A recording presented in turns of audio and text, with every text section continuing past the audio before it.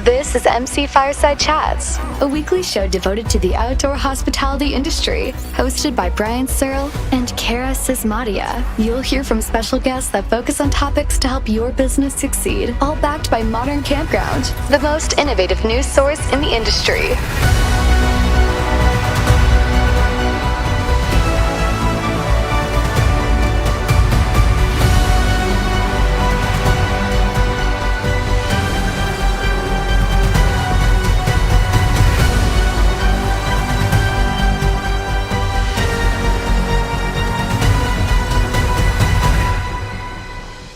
Welcome, everybody, to another episode of MC Fireside Chats. My name is Brian Searle with Insider Perks, here as always with nobody except Susan. This is going to be a great, fun show.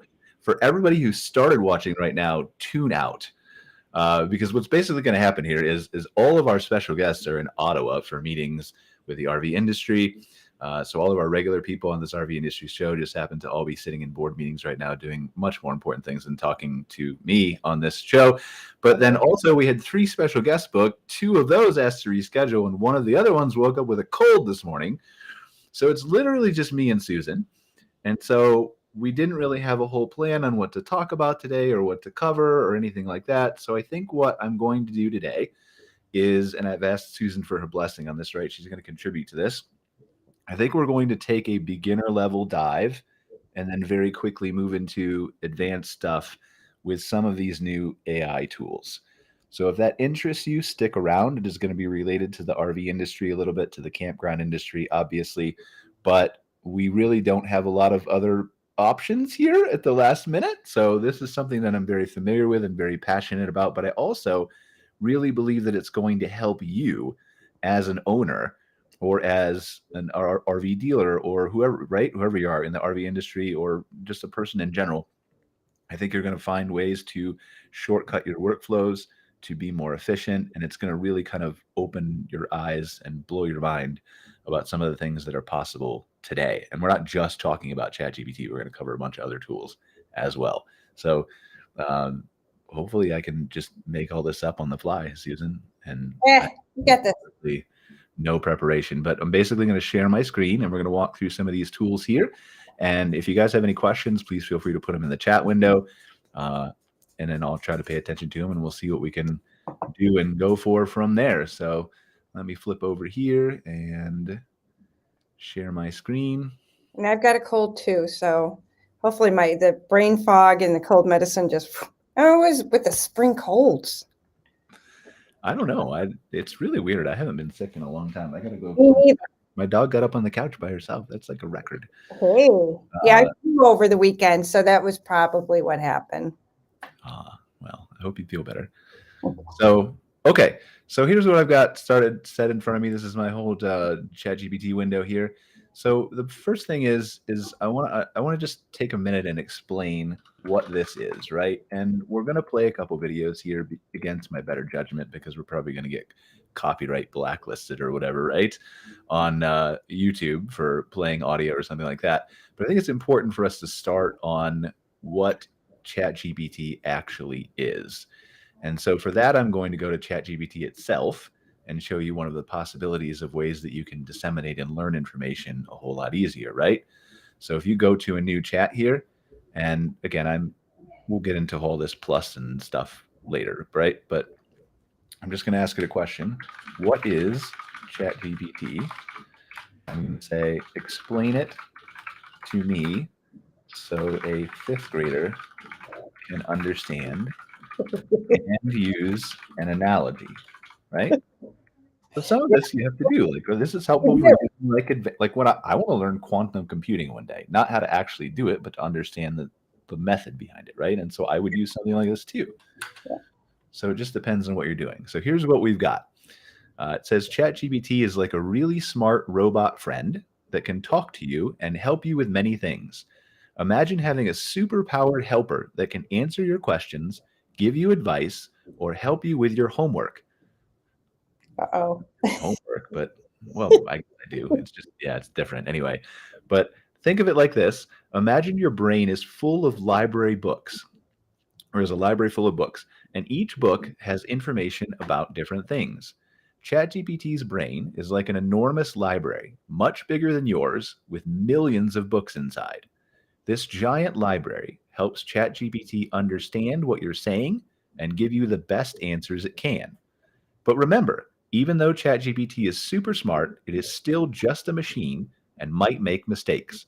So always double check the information and think for yourself, just like you would do with a friend's advice. I think that's a pretty good explanation, right? I like that. I really like that. So hopefully that helps you guys understand at a base level what ChatGPT is. And so to get it and to access it, all you have to do is go to this website, openai.com. And maybe I can stick it in the chat here for people. We'll do that in a little bit. Let me see, chat, openai.com. Go. Hopefully that goes to all the different social networks there that we can comment on. So openai.com, you can sign up for a free account at OpenAI. When you do that, it is going to log you in to this page right here. Sorry, I guess I have to log in first, right? And you're going to be dumped on this somewhat confusing account page. And I've had people kind of tell me, when I signed up for an account, how do I actually access it? Yeah, it gets confusing. The answer is you can click on chat here, and that will actually not do the right thing. Sorry, click on playground at the top here. Yep. And then you can click for it, and then here's looking for ChatGPT. Try it now. Or you can just go to, I think it's chat.openai.com, and it will make you log in. So ultimately, this is the screen that you want to get to. And when you get to it, you're on the left-hand side. Everything is going to be blank for you. You can see some of the things that I've done here. Maybe some I want to share, maybe I don't, but it's live for the world. It's all good. Birthday ideas from my girlfriend. She actually saw those. They were really cool. We were trying to do weird, extravagant, crazy, uncommon ideas. Cute. Yeah. But so this is what you're going to end up on, right? You're just going to see literally a black or a white page, depending on your theme, and you're going to be able to talk to it. And that's all you have to do. Now, I want to preface this by saying one of the biggest things that we've seen and we continue to see when you deal with things like what we're going to talk about today, as well as ChatGPT, is we as a society for the last 24 years have been really dumbed down when it comes to interacting with the internet. And what I mean by that is we've had to and been forced to go to Google and not type complete sentences because Google doesn't understand it. We've had to shorten everything we say down into campground near Phoenix or RV dealer near San Antonio, right? This is just not the way that we would normally talk as a human being to a voice assistant or to a friend or to a person of any kind. And sometimes it doesn't come back with what you're really looking for because you put it in the wrong order or, it misinterprets it. So, yeah. So that's fascinating to me because we'll get to that later when we dive into Bing search a little bit and the upgrades that they have with AI. But that was one of the things that they highlighted in their presentation for Bing search was that only 50% of search queries actually get answered, which was astonishing to me. It is crazy. So, as powerful as search has become, it really still hasn't evolved in 24 years, and it isn't as useful as we need it to be. So, but this is one of the problems that early adopters of AI are going to have. Maybe not the early adopters, but early people who try to use it who aren't as familiar with it, right? And that is that you can type a keyword in here. So you can say something like, write a blog article about, pick a topic, Susan. Campfires. Okay. There we go. So then it's going to come in here and it's going to write title, The Magic of Campfires, A Journey into the Heart of Nature. And then we're not going to read this whole thing, but let's just read a couple sentences, right? There's something magical about sitting around a campfire, watching the flames dance and listening to the crackling of the wood as it burns. Whether you're camping in the great outdoors or simply enjoy a backyard fire pit, a campfire has the power to bring people together, create lasting memories, and connect us to the natural world. And this blog post will explore the allure of campfires, share some tips for building and enjoying a safe campfire, and delve into the cultural significance of this ancient tradition. So again, this is at face value even if you only type it this way, in that short of a sentence, write a blog article about campfires, you're going to get an article that is probably at the same level as a mediocre writer would be. Mhm. And I don't want to lump anybody into the mediocre standpoint, right? But let's just pretend, for example, that we use Fiverr as an example. The difference between a $5 blog post and a $20 or a $50 blog post, right? And certainly there are some excellent writers who charge less for blog posts. But so this is at its surface, right? Something that a lot of people might just take and copy paste onto their blog. And you can. For the most part, this is not going to plagiarize. You should obviously check and make sure. But for the most part, it is going to reorder the words and create something that's original and unique. Whether it's high quality, whether it has good grammar, whether it's fact-checked is a whole different story. But you could, at surface level, copy and paste this into a blog post, and then you have something that is about the magic of campfires or whatever it decided, right? You could write this thing again, and it might choose something different, or Right. different subject lines to do or whatever else.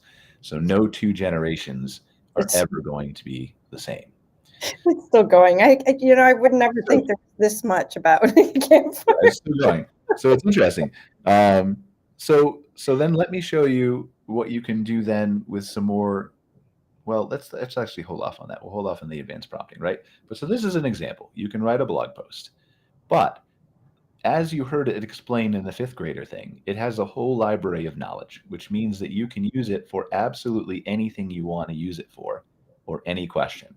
So one of the examples I'll frequently give when we're kind of presenting to either boards of directors about AI or large companies or things like that is we will come in here and we'll use an example of something that is very relatable to them as a management company for a campground, right? Let's just pretend that's an example. So we're going to just do new chat here. And when you do a new chat, by the way, it basically resets the memory of ChatGPT. If you continue in the same window, it will remember what it has written above and allow you to either refine it or change it or have a conversation with it. So you could say, I'm not going to type it, but you could say, change the last sentence to this, and it would rewrite the blog post and follow your instructions. You can tell it to shorten it. I'm sorry, what? You can tell it to shorten it, Yeah, how many words you want it to be, yeah.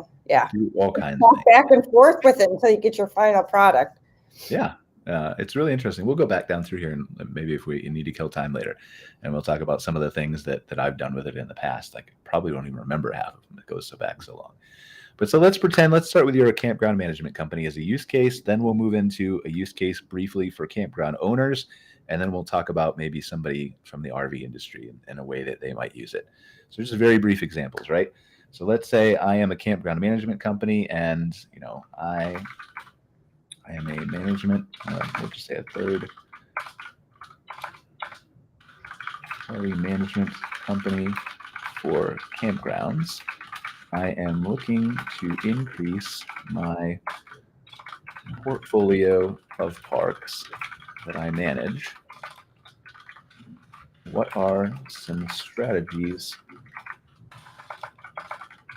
I can take to make myself more visible to potential campground owners who might hire me or build up my brand so they notice me?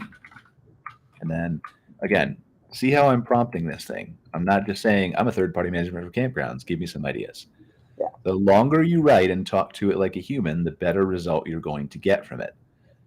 So build my brand so they notice me. Let's think about this step by step and give me 5 ideas.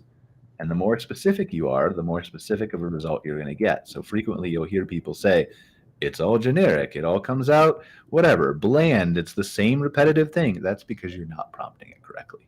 It really is that simple. So here's an example. I'm a third-party management company. Let's see what we got. So we've got build a strong online presence, create a professional and user-friendly website that showcases your services, experience, and success stories of campgrounds you've managed, include a portfolio section, etc. else. Utilize search engine optimization. We've got Engage with potential clients on social media platforms. So good advice there. Sharing informative content, industry news, obviously from Modern Campground, right? And updates about your company. Consider creating a company blog to share tips and insights related to campground management. Good advice so far. Attend industry events and trade shows. So participate in trade shows, conferences, and industry events related to camping. Consider sponsoring or hosting workshops or seminars at these events. Offer free consultations or audits. Very good advice. Leverage partnerships and referrals. So build partnerships with industry associations, suppliers, and other businesses. These can help you gain access to a broader network of potential clients. And then what is our fifth option? Invest in targeted advertising and marketing. So use targeted advertising and marketing campaigns to reach campground owners who may be interested in your services. So this is really good advice from my perspective. And so again, this is not necessarily a boom, I'm going to copy paste this. This is my strategy. This is exactly what I'm going to do. But this is a starting point for you to, instead of spending how many countless hours on Google researching and reading blogs and clicking and going back frustrated that that blog didn't have what you need, and changing the keyword in your search and going to page 20, and this is your answer. Yeah. This saves you dozens and dozens of hours of different things. Now, not every strategy here is going to work for you, but you're probably going to get an idea of what you want to do. It's a great starting point. I mean, think about it. You know, what's the hardest thing of doing some of this stuff is how you start it, right? Exactly. And getting all that starting information. Like you said, it may not apply to you in some aspects, but you could take this and now you've got the groundwork to tweak it and change it for what you're looking for. But then remember, you can have a follow-up conversation with it too. So you can say, well, I've looked at these 5. I've got my online presence taken care of. I do offer free consultations. I've leveraged partnerships and referrals. I'm investing in advertising. But wait, I didn't consider maybe industry events and trade shows. So tell me more about number 2. And it knows its conversation history. And it's going to tell you attending industry events and trade shows is a valuable strategy for increasing visibility. Here are some additional details and tips for making the most of this strategy. And then it will again further ideate for you. So research the relevant events. Consider both local and national events as well as virtual events that may have become more popular in recent years. Plan your participation. Determine how you want to participate in each event. Options may include attending as a visitor, exhibiting as a vendor, sponsoring the event, or presenting as a speaker. Design an eye-catching booth. It's a little slow today. Network and engage with people. Use them as an opportunity to network with campground owners, operators, and other industry professionals. Be proactive in starting conversations and introducing yourself. This is very detailed. And you can even ask it again. We could go another step further and say, give me more on number 3 because I'm an introvert, right? And give me some tips on I don't normally talk to people or walk up to them. So what are some ways I can overcome, not necessarily my fear, right? But just that tendency to not do that at industry events or whatever you want to ask about. And then present or host workshops, follow up after the event, and then stay informed and involved about industry events and plan your participation. I'm going to have to take some drinks here because I'm not used to talking this much. Too much, yeah. Well, I mean, this is great stuff. I mean, it's like they say, it's revolutionary. It really is. Yeah, and it's going to fundamentally change all of society. It already is. Yeah. And what's going to happen is the people who are able to take advantage of this stuff and prompt it correctly, talk to it correctly, are the people who are going to win. And so this is conversations, right? We had with, for example, our lawyer. I went to, not my lawyer, but I ended up calling somebody about a patent a couple weeks ago. And I hadn't talked to them in years. They're back in Ohio where I don't live anymore, right? But I was having a conversation with them and, I said, this isn't going to replace lawyers. What this is going to do is change which lawyers are successful and put the other ones out of business. And so it's a very simple analogy you can think of like this. If you have 2 law firms, and we'll just pick a city and say San Antonio, right?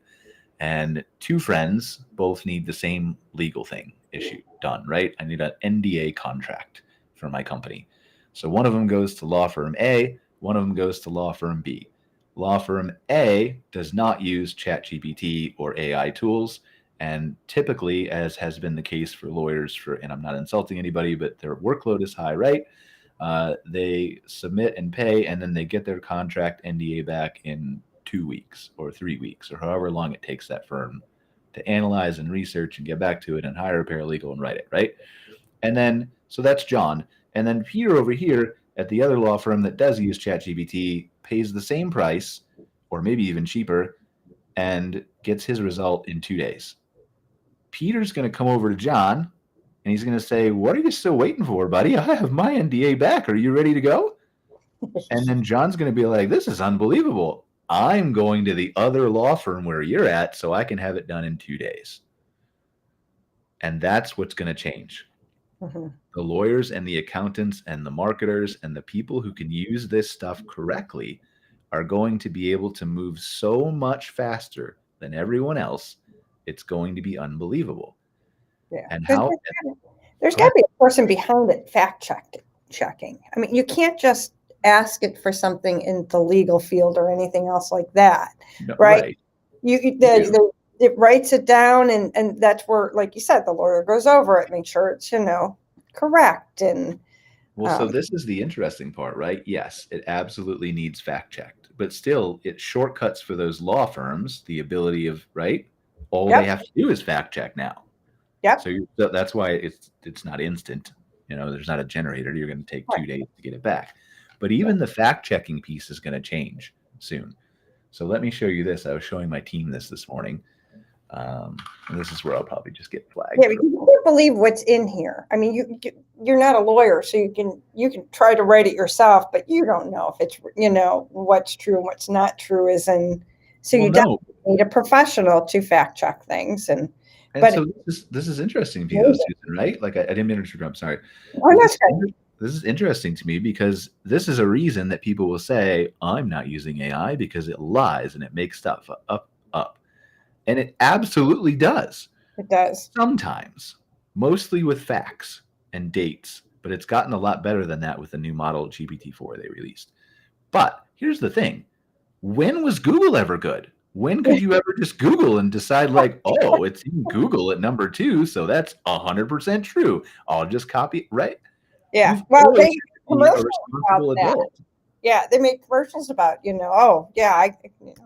I learned it online. It must be true, So none of this has changed. You still need to be a responsible adult and fact check what you're reading. Yeah. It's just in a different interface, and it's giving you the result a whole lot quicker. So I want to show you this real quick, and this is probably going to get me flagged. We're going to do it. This is Greg Rockman recently, a couple days ago, gave a TED talk, and we're not going to watch the whole thing, obviously, but just a couple highlights of this thing where we were talking about fact checking, and then we'll come back to it in a little bit, right? But so this is a preview of something they're building, and actually I should preface this by saying, let me share this tab over here. So up at the top here, you can see I'm on ChatGPT Plus subscription, which means I pay for it at $20 a month, which is an absolute steal for what they're giving you still. If you don't want to pay for it for free, and if you pay or have it for free, and if you pay for it, you get access to GPT-4, which is their new model. But also, if you are a developer, then you can apply to be on a wait list and get early access to what they're calling plugins. And plugins is even going to change the game further. I don't know if you've seen this, Susan. Yeah, my son's a beta tester. Yeah, so that's what I am. Yeah, exactly. Yes, exactly. So you get to go in before other people do. Yeah. So but what this is basically is an app store for ChatGPT.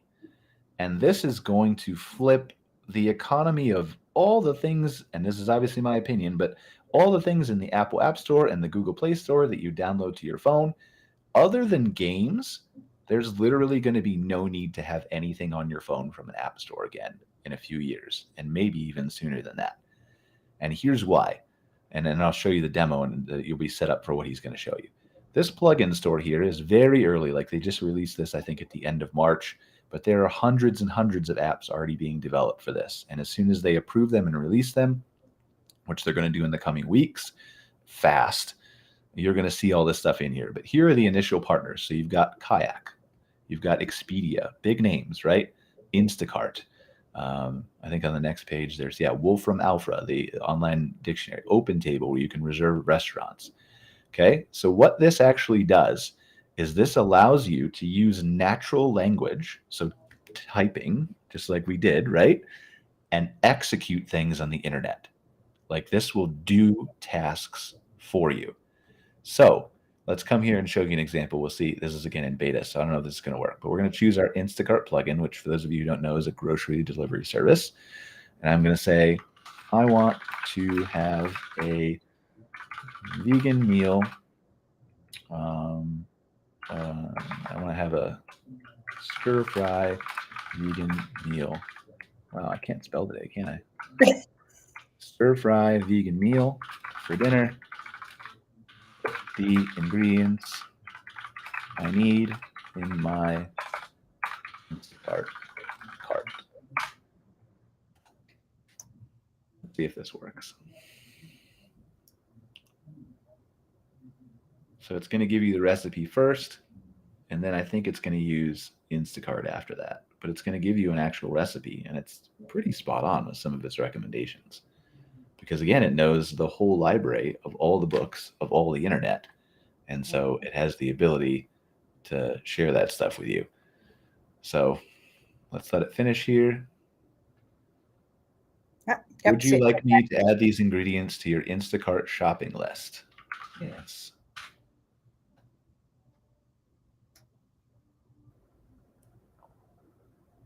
So it's thinking, and then you can see it's using its tool that it has access to. It's actually using Instacart. And it's going to come back to us in a second.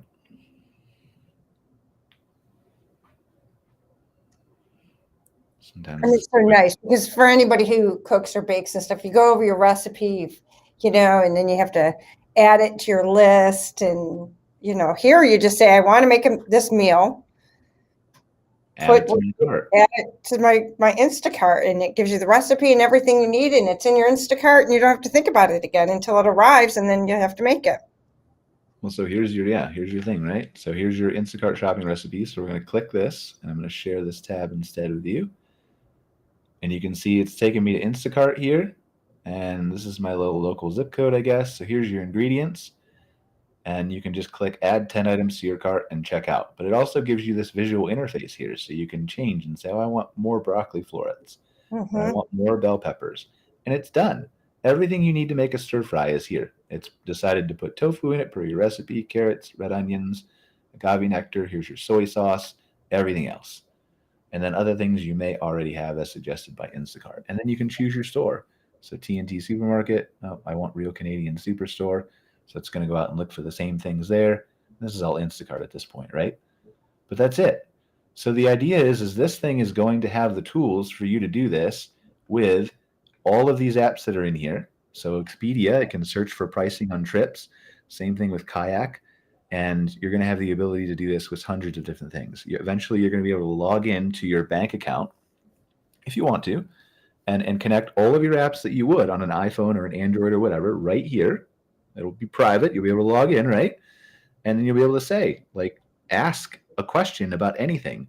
How much money do I have left in my bank account? And is that enough to get me to Friday when I get my normal paycheck? And do I have enough money then to buy this recipe from Instacart? Stay within my budget when you're at it. And it'll do it all. It'll perform multiple tasks in a row. You won't be asking Siri or Alexa anymore or anything. I mean, it's all going to be run by this. You'll just tell them. So that's the interesting part. And let's get to that in a second. Because you're right about Siri and Alexa, but you're also sort of kind of wrong, I think. Okay. So let's do this. So let me go back here. So I'm going to show you this fact check thing. And what he's using here to do this fact check is, and it's on a journalism article, right? But it applies to anything you want to fact check, is they also have a new plugin coming that will let ChatGPT browse the internet. So it uses Bing Search's API and can get real-time information and actually browse, list websites, click the websites, read the websites, extract the information, and actually have up-to-date information. So this is what this looks like. I'm sure we'll maybe get banned from this, but we'll see. This for me. Now, in this case, I've actually given the AI a new tool. This one is a browsing tool. where the model can issue search queries and click into web pages.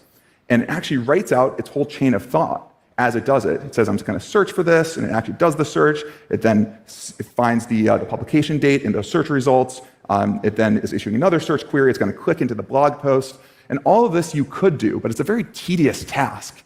It's not a thing that humans really want to do. It's much more fun to be in the driver's seat, to be in this manager's position, where you can, if you want, triple check the work. And out come citations, so you can actually go and very easily verify any piece of this whole chain of reasoning. And it actually turns out 2 months was wrong, 2 months and 1 week. That was correct.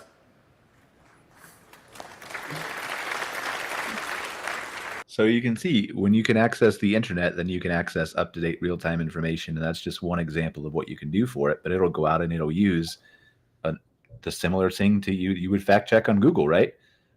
It'll use Bing Chat, and I'll show you a way when we get to Bing Chat in a second that will do that. But here's the same example, right? I'm going to show you something else here with image generation that we're going to move on to in a second. But you can see that ChatGPT is selecting all these different tools. Here's the same thing. He's using Instacart, right, to add to the shopping cart, just like I showed you. And then it gives him his shopping list, and he goes through that. We're not going to duplicate all that. And then I think it is in image generation here. It might have been before Instacart. I think this is it. For example, if you're shown a math problem, the only way to actually... Oops, sorry, I think it was before that. So if I can't find it in a second, we won't do it. Here we go. And the interesting thing about these tools is they're very inspectable. So you get this little pop-up here that says... Yeah, here it is. So this is an unreleased plugin that even I don't have access to yet, that he's demoing on stage. And draw a picture. For those of you who haven't seen it, have you heard of Dolly, Susan? Mm-hmm. So Dolly is image generation. It's really poor image generation right now, in my opinion. Midjourney is better, but he's showing an updated example that they haven't released to the public yet. So check out what you're going to be able to do through a plugin here soon. And you can do things like ask, suggest a nice post-TED meal and draw a picture of it. Now you get all of the sort of ideation and creative back and forth and taking care of the details for you that you get out of ChatGPT. And here we go. It's not just the idea for the meal, but very, very detailed spread. So let's see what we're going to get. But ChatGPT doesn't just generate images in this case. Sorry, it doesn't generate text. It also generates an image. And that is something that really expands the power of what it can do on your behalf in terms of carrying out your intent. And I'll point out, this is all a live demo. This is all generated by the AI as we speak, so I actually don't even know what we're going to see. This looks wonderful. So you can see the power of these tools, right? They'll be able to generate images. They'll be able to do literally anything an app store can do. Some of the things we're looking at from a modern campground perspective is, can we feed our articles into it? Can we feed information about specific campgrounds into it so that it has updated and accurate information about what amenities we offer in the cabins, right? To reach a larger audience of potential people. And those things are eventually going to come to Bing too. So you can feed it into search. Now, before I flip over to Bing real quick, Susan, I want to address your Alexa question real quick. Yeah. You're right. Alexa and Siri and Google Assistant are dumb as bricks compared to what you're looking at as far as conversational AI. They're not even AI. They're just pre-programmed to hear a specific word, respond with a specific thing, which is why everybody hates chatbots on websites, because they don't work. But eventually, and I don't, honestly, other than cost, I have no idea what's holding Microsoft up from doing this, but they're going to release a voice interaction that you can talk to this with. And the same thing you can type in the box, and we'll flip back to the box. The same thing you can type in this box, you're going to be able to speak to eventually a speaker in your house, to your watch, to your phone, to your car, to your TV, to your whatever, like to your refrigerator, to what it's going to be everywhere. And it's going to be actually helpful. And the amount of things that people can do with it, I mean, it's unbelievable. You could speculate forever, right? But that's when the mass adoption is really going to hit people, and it's going to come fast. It's going to be in every corner of your life. Like if you are a child today in school, you will never spend a day of your life without AI by your side, ever. Isn't it crazy? I mean, think about that. How far we've come from since when we were kids and it was a dial-up phone with a rotary and party lines. Well, maybe not party lines. I knew some people that had party lines still, but you walked out of the house and you were gone. I mean, nobody can find you or get a hold of you. Now, the kids these days will have a constant companion. Constant. Yeah, and that's the knowledge they can have, and what they can do with it. And that's why the colleges are a little bit scared of it because, there's a lot of articles out there saying, oh, people can cheat and stuff like that. And yeah, to some extent, yeah, I can have them write me an article on Huck Finn and the book and all that kind of stuff. But I think a lot of what people are saying now is, okay, well, it's coming. How can you get around that? And how can you use that? So I actually saw a fascinating article about education on this, right? Months ago when it first came out. But there was actually a professor in a college, can't remember where, but it was one of the early adopters of this. And instead of not just allowing ChatGPT in his classroom, he made it mandatory for all the students to have it open on their laptops. And what he did was actually really mind-blowing. He actually had the students, he didn't tell them to do this, but the students did this as an example. Some did, some didn't, right? But used it as he was giving his lecture to ask follow-up questions. What does this mean? What did he say? Can you expand on this more? And you know what that did? It stopped the questions from people who were behind the rest of the class, allowed them to catch up, and continued the flow of the class to be smoother and less interruptive so they could cover more topics and be more educated by the end of it. And that's just one example. That's cool. So that's the idea, right? Like what we need to be teaching our kids is not, and this is obviously my opinion, right? It's controversial. You can yell at me later or whatever, or in the comments if you want. But like, we don't need to have our kids memorizing things. We need to be teaching them critical thinking. Oh, we had this discussion last night at dinner about, what we learned in school and the math and all that kind of stuff and history and, all this stuff that you can find on the internet now. And what we should be teaching our children is exactly that: critical thinking, problem solving, stuff that you take this stuff and how to use it. Because that's what's going to happen, Susan. Like, you're looking at these prompts, right? You're going to type in a prompt into an AI and you're going to be like, that sucks. I don't like that. How do I make it better? Critical thinking. Why did it give you a result you didn't like? Because you prompted it the wrong way. Let's rewrite the prompt and make it better. Right. The future is critical thinking and the command of the English language. Just because you want to start a business and you ask AI to do it, it doesn't, they give you all the answers, but who ends up implementing it, right? How do you implement it? Those type of thought patterns that I think we've been kind of saying that in colleges and schools all along is real time practice rather than book learning. We're going to this next step, and this isn't going to go away. So everybody can whine about, oh, it's going to change the world. Well, the internet changed the world. Your telephones, electricity changed the world. It's what you do with it and how to use it that will change the world in the right way. Absolutely. That's my opinion. No, I 100% agree with you. And that's it. But the problem is the people who are, and again, almost everybody in the whole world with everything that new comes out is resistant to change. We don't like it. We hate it, whatever. I may be an aberration. I love it and thrive on it. But that's the thing, is this is going to force you to change. And we were talking about this the other day. I was talking about this actually with my girlfriend. So my girlfriend works at a hospital, and we were talking about AI, right? And she was saying, the government bureaucracy is so slow at insert blank, right? But we're just talking about hospitals now, right? Whether you're in the U.S. or Canada or wherever else, government bureaucracy is slow.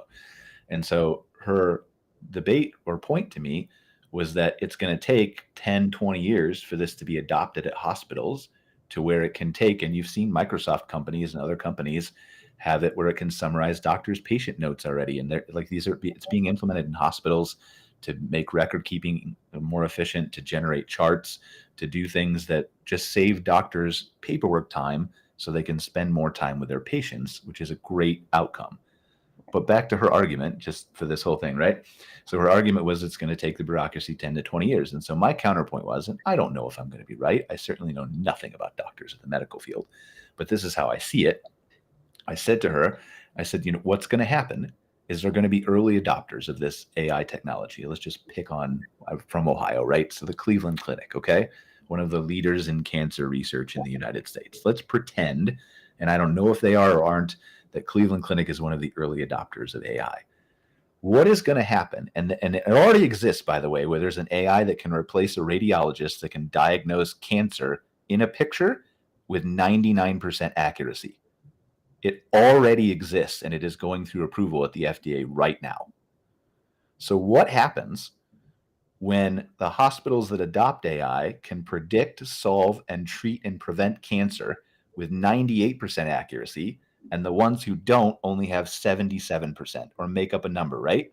Yeah, people aren't going At to. what point your patients are not only switching hospitals, but at what point does the board of your hospital go, what are we doing? And then all of a sudden, there's too much pressure for I don't want to go to this hospital and die. I'd rather go to this one and have a 20% higher chance of being cured of cancer. Yeah. No, I agree. It's going to push that envelope. And it's not.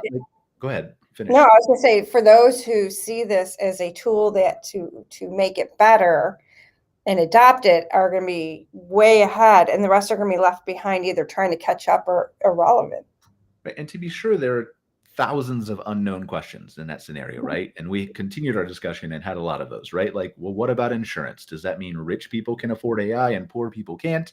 Do insurance companies pay for it? Do they not pay for it? Obviously, we don't have all those answers. But I really firmly believe if an AI can diagnose cancer, as it already can, we've discussed, and it will only get better at, right? Then that is a whole lot cheaper of a test to do than paying a radiologist to sit there and analyze it and do the charts and take weeks to get back to you, which means very quickly the cost of that test is going to come down, and insurance companies are going to be more willing to pay for that test than they are for the radiologist, which in my mind makes it more accessible to everybody on an equal playing field. And don't you think it will? I mean, it will misdiagnose things, I'm sure, at some point. But the most part, it's more accurate than a doctor. That's what I'm saying. I think it's going to be a lot more accurate than a doctor. And then, it is. And it's not because the doctor isn't good. It's because the doctor is human. It's human. You got eyes, you got distractions, you got a lot of different things going on. So early prevention, because it's now available, a lot easier for people, a lot cheaper. And the misdiagnosis and malpractice and all the costs should come down. I mean, think about, like your girlfriend said, the paperwork with the government and stuff like that. If you streamline that, the cost you would think would go way down. Now, people are saying, well, this is replacing people. But the thing is there's a case to be made that, yes, it replaces the job you hold now, but there's nothing to say that you can't go into this type of field and be and create jobs. I mean, it's going to create so many jobs. For sure it is. And it's not going to get rid of jobs right away. What it's going to do is make people much more, it might get rid of radiologist jobs. I'm sorry, radiologists. But it's going to, for the most part, it's going to make people much more productive. Yeah. And that may mean in some cases people need less of a certain person, but I don't think it's going to immediately resolve in the firing or layoffs of people. Now, the economic conditions might change that. I might be wrong. But I think as a broad, most use case scenario, that's not going to happen. But eventually what's going to happen is the people who have played with this AI and know how to prompt it and interact with it and use it are going to keep their jobs. And the ones that haven't are going to lose them. And the ones that haven't are the ones who are going to be like, oh, well, now I guess I have to adapt and learn it. Yeah. Isn't this like, when's the last time you heard of somebody being a blacksmith? Right. But that's your chance. You're being given, right now, it's all over YouTube. It's everywhere. This is your chance. This is the same reason that, I don't feel sorry if you're a truck driver. I'm sorry. I don't. Yeah. You have had the last at least decade knowing that autonomous trucking is coming. What have you done for 10 years to learn a new skill? Or you've known that your job is being threatened for 10 years. Yeah. And if you are still a truck driver who can't do anything else. And I'm not saying that, like, most truck drivers are multi-skilled. I understand that. I'm not lumping anybody into a bag, right? But if you are just one of those people who can't, and you end up losing your job as a result of that, you really don't have an excuse or a right to complain. Now, you're not going to have as much ramp-up period with AI. It's going to come way faster than 10 years. Yeah. And I mean, they've been working at this for a long time behind the scenes. It's just because it's become, they've not perfected it, but because they've gotten it to a point where they can send it out to the masses. Yeah. You know, now it's the big topic, but they've been working on this for, oh my God, a long time. Well, yeah, we've been playing with it since 2019, 20. Yeah. GPT-2 and 3 came out. Well, So it's been here and it's ready, but it just wasn't. We were waiting for that moment where the public consumed it. And we said this before. Like, this is the fastest growing software program in the history of humankind. Yeah. By January of this year, which is almost 4 months ago now. So who knows what the number is now? They had 100 million users in 2 months. It took Facebook 4 years to get there. It took Instagram 2 years. It took TikTok 9 months. In 2 months, they had 100 million people chatting with ChatGPT. So, you know, now that I've got access to it, and when somebody does have access to it and they see what it can do, I mean, it's mind blowing. I had to write. It's funny. I'm not a good writer. It's just one of my weakest skills known. And I used to have like ghostwriters and stuff to write things to me or for me. Now I just write the way I normally write. And then I put it in GPT and I said, okay, make this sound, you know, a little bit more elegant or more professional or whatever. And it takes my words and just replaces like with more sophisticated words and come out the other end. And I'm like, that's it. You know, I don't have to ask anybody to edit for me anymore. Yeah, I may have to tweak it a little bit, but, you know, it will format for you. I mean, if you play with it, you'd use it. I use it at least once a week for business, at least. That, you know, I write something. The team uses this like every day. Yeah. Yeah. Like every day. And we're finding new use cases for it. Yeah, it's just incredible because, and even if I can't get my head around what I want to say, I just put my thoughts in there, which are just kind of rambling in a way. And for some reason, it figures it out, or at least hones it in that I can narrow it even more. And I'm like, yeah, that's what I wanted. It's kind of like talking to somebody and bouncing it off a wall. Yeah. And so let's spend the next couple minutes with some, and I'm going to have to refresh my memory, but some of the other ways that this is not just a ChatGPT thing, which I think is a big problem for some people who think, well, it's just a chatbot. Like, how much can it really change society? It's not. It is actually it's called a large language model or an LLM, but you're just seeing it in one example interface of sitting there in a chat box because that's all you've been exposed to. So here you can see that it's being used in Bing as their new search engine. Google is frantically panicking about this and has released Google Bard because they fell behind. And so they're trying to catch up to this stuff.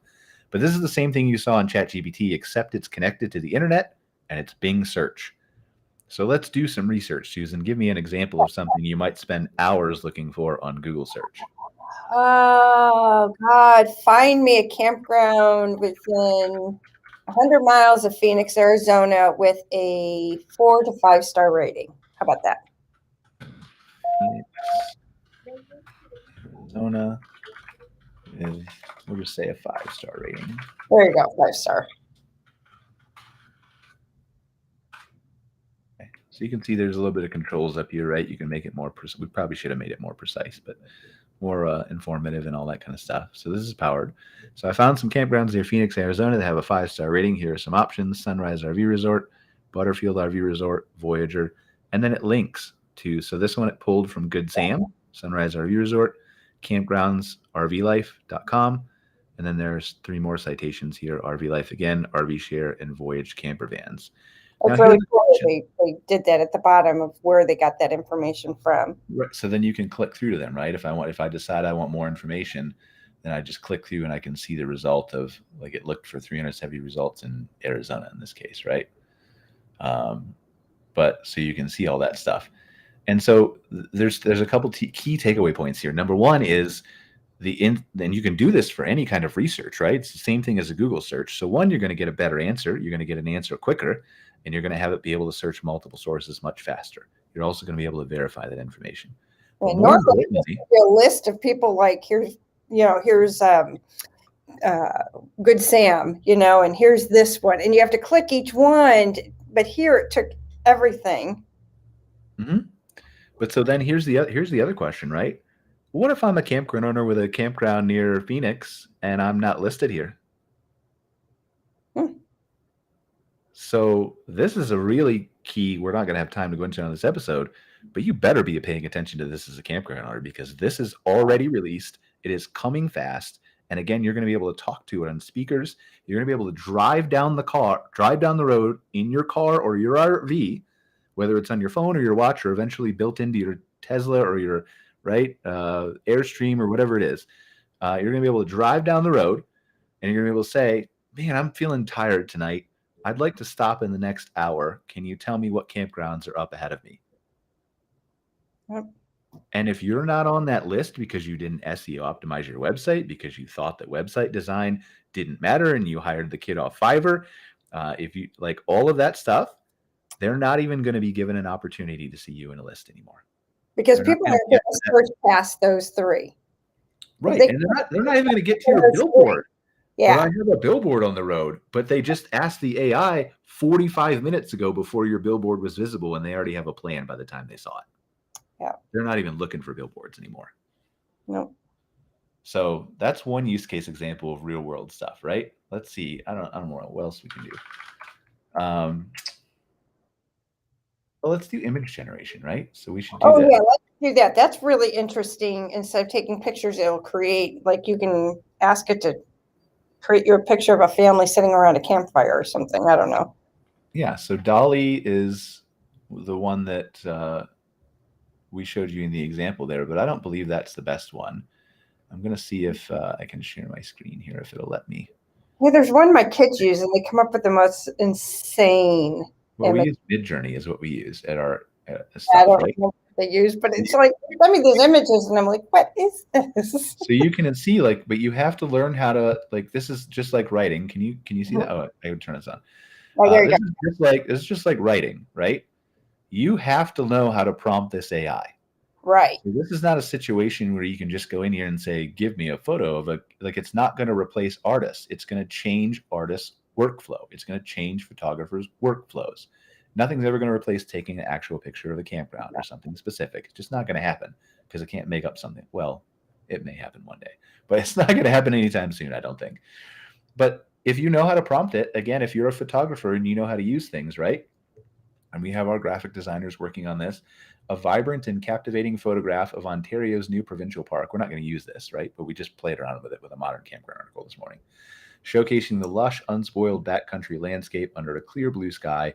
The image features dense forest, pristine lakes, and rugged terrain that exemplify the park's natural beauty and untamed wilderness. The photograph is taken using and here's your photography knowledge, Canon EOS 5D Mark IV camera paired with an EF 1635 f 2.8 3 USM whatever lens, right? ISO of 100, shutter speed, whatever else. You have to be a photographer to know that stuff. Yeah. But the AI is going to listen to you. And so these are the 4 results it gave us. Which are beautiful. You don't know these are fake. Yeah. And then you can come down here and say, well, I really like, number this one with the little lily pads, and you can upscale it. And in seconds, it will upscale it. And here's your image right there. Like, there's not a chance 99.9999% of the people in the world will ever look like, I don't even think anybody could really look at it and say, that's not real. Yeah, no, it looks absolutely perfect. You can do this.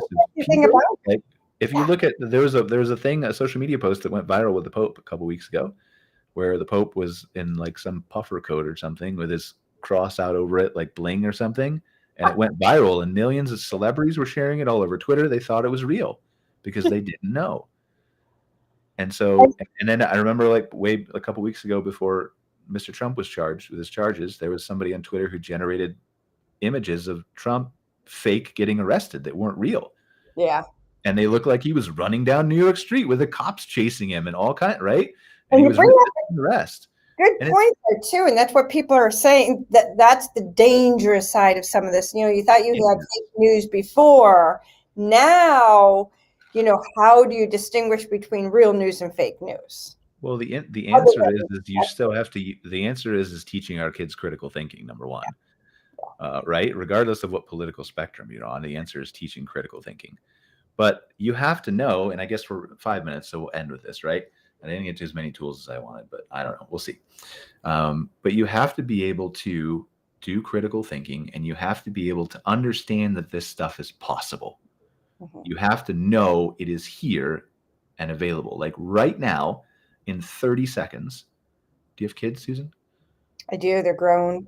Okay, so let's just pretend for a second, right? I don't know how old you're. I got grandkids. They're little. They're 14. It doesn't matter what age they are, right? So right now, like if your kids, and 98% of them do, have a TikTok or a Snapchat or a Facebook or an Instagram, and they post videos about themselves talking, I can take that video and in 30 seconds upload it to an AI, and I can make an almost flawless clone of your kid's voice, and then I can have them call you on the phone and ask you for money.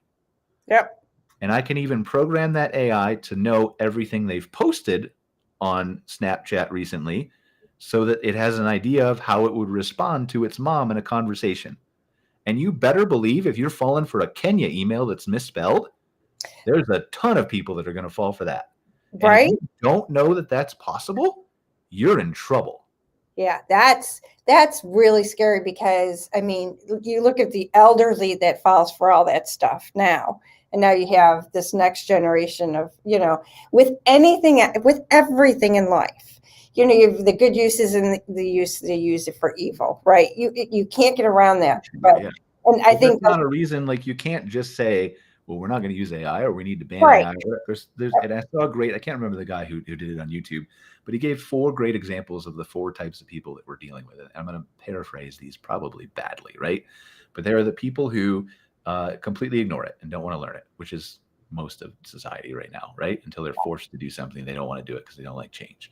But the people who ignore it, the people who want to ban it, which does absolutely no good at all because you can't get out of the box. Like, what do you think the U.S. is going to ban it, or Texas is going to ban it, and California, or China's just going to stop?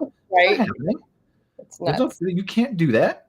The country who wins ultimate artificial intelligence, the rest of us are in trouble. So you better hope the U.S. and Canada and wherever we all live respectively is moving as fast as they can on this stuff, and you want to support them. And then I can't remember what the third one was. But then he said the fourth one was the people who are like me, right? Who are early adopters, or the 100 million people who tried ChatGPTs. It's not just me. I'm not special. But those are the people who are going to be prepared for the future. And everybody thinks, I've had so many people look at me like, you're nuts. You're crazy. It's never going to move this fast.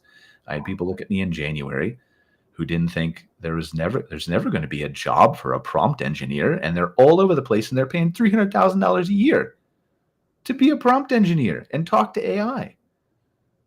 Yeah. You've got to, this is moving at such a rapid pace. You run a good example is my son works for a top Fortune, I think it's top 10 companies in the country or in the nation. And I can't name the names, but, he just met with the CEOs and, the C-level suite people, and he's talking, they're like, oh, I heard all this stuff on 60 Minutes, and everybody's talking about it. My son's like, yeah, this is what's coming. And, this is how you need to implement it. And they're like, it's just a fad. That's what they keep on saying. It's just a fad.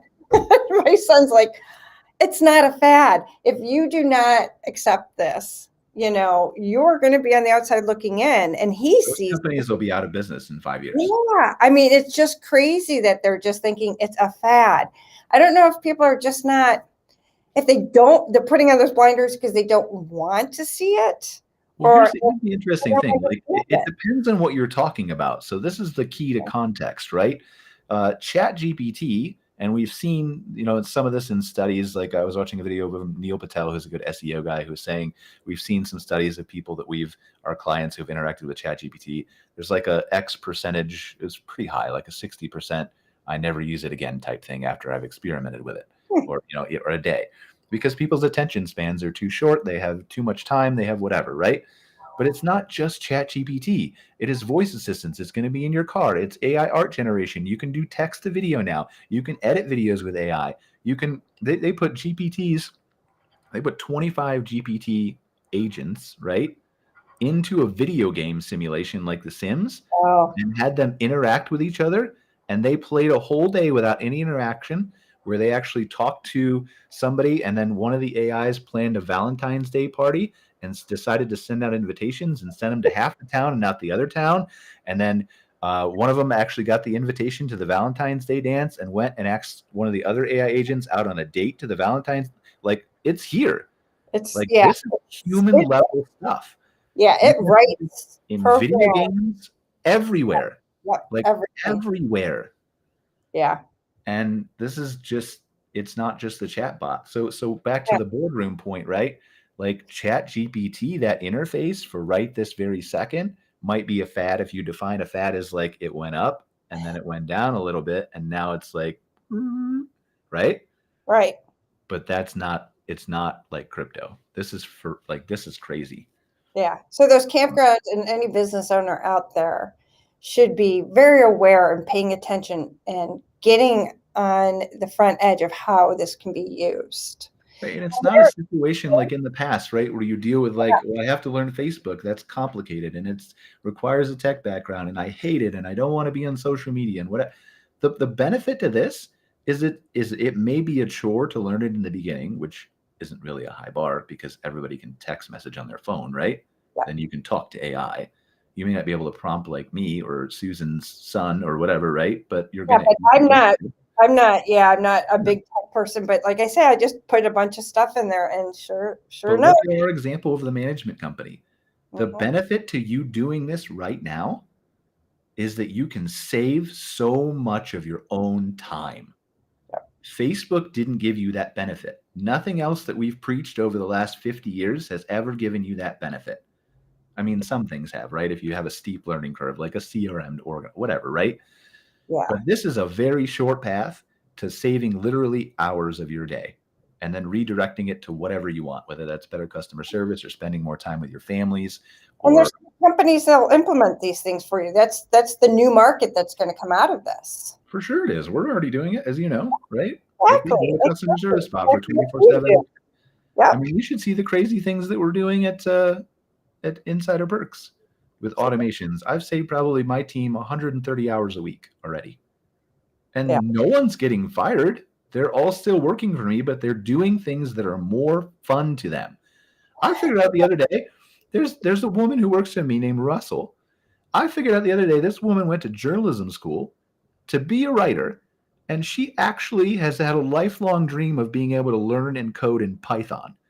But she was never able to do it because she couldn't go to school for it for a long reason that we won't get into, right? She went to journalism school instead. But because of the ability for me to save 30 hours of her week previously QCing something that no longer has to be QC'd because I can have a grammar checker AI do that, now she has the ability for me to say, well, Python is really important to AI and it's going to be important to this company. So let me go out and find a resource and I will pay you to do what you never could before the rest of your life. Your people in your dealerships and stuff can be interfacing with their customers more because it's free at that time. There's just, there's endless possibilities. Literally everything is different. Yeah. Everything is different. The answer for what you want to do in your day that makes you valuable and productive is different for every single employee of my team. And so how we're able to let them do what they love to do is going to be different for every single person. Yep. But the future is extreme personalization too from the consumer side, like you're talking about from a dealership, and we got to go. We're over, but we probably talk forever. But I'm sure you have. We didn't know if we could fill I don't have important things to do, but I'm sure you do, Susan. I love it. But it's extreme personalization, right? It's understanding. Like, think about when you check into a hotel, and that hotel asks you, "Do you like down or feather pillows? Are you allergic to down? Do you like to be near the elevator or not near the elevator? Do you have kids? Do you have pets?" Imagine taking all that stuff, including interests, right? I'm an outdoor person and I like hiking. And then that hotel can send a confirmation email to you generated by AI that says, "Thanks for booking with us, Sandy. We're so glad that you're coming here with your kids and your dog. Here's a dog park that's nearby. Here's a playground for your 8 and 6-year-old kids who's nearby. Here's a hiking trail that you'll love for sure." Everybody gets a different confirmation email. So special. Yep. That's doable today. I can do that today. Yeah. So it's a really interesting, fascinating world. I appreciate everybody watching and tolerating our impromptu AI discussion. Certainly would have been way more boring without Susan here to help me talk It was through good. and inform and interject. But I keep on learning more and more about it. So thank you for walking us through it. I can't stress enough how important this is. And how amazing it is. It's And just, you just like, again, I'm probably going to deal with the next year or 2 years of where people are just still skeptical and think I'm nuts. But I'm telling you, by the time you realize that I'm not crazy, I'm going to be so far ahead of you, you'll never be able to catch me. yeah, that's exactly it. And that's okay. I'm having fun. So, Thanks. all right. Thank you guys for joining us for another episode of MC Fireside Chat. Super appreciative of you. I did forget because it was a weird thing, and I should say this. I don't have the graphic in here, but we are sponsored by Access Parks today. Apologies, Access Parks. Great, fantastic service. If you don't know, if you run a campground or an RV park, they are really high speed, super crazy fast, big, huge company that works for the national parks and all kinds of people. I think they're working with KOA now, or they're about to at some of their parks and things. Just like if you want really powerful high-speed internet access at your hotels, or sorry, your campgrounds, national park, maybe they do hotels too. I don't know. I'll give them another shout out, right? Then definitely reach out to Tim, to Scott, to their sales team. They're at trade shows. I think they're probably down at Taco now, maybe. But all around, like, great guys, great service, very reliable, and we're very thankful of them for sponsoring this episode of the 4th week of the RV industry. So thanks, guys. I appreciate you, and we will all see you next week, right? On another episode of, hopefully with guests this time. Cross our fingers. Otherwise, it will be more AI. Yeah. Thanks, Susan. I appreciate your willingness to be adaptable to me, and we'll see you next time. Talk to you soon. Thanks for watching this episode of MC Fireside Chats, hosted by Brian Searle and Kara Sismadia. Have a suggestion for a future show or want to see your campground or company as part of an episode? Email us at hello@moderncampground.com. Join us next week for another episode. And don't miss the latest outdoor hospitality news and commentary from around the world at moderncampground.com.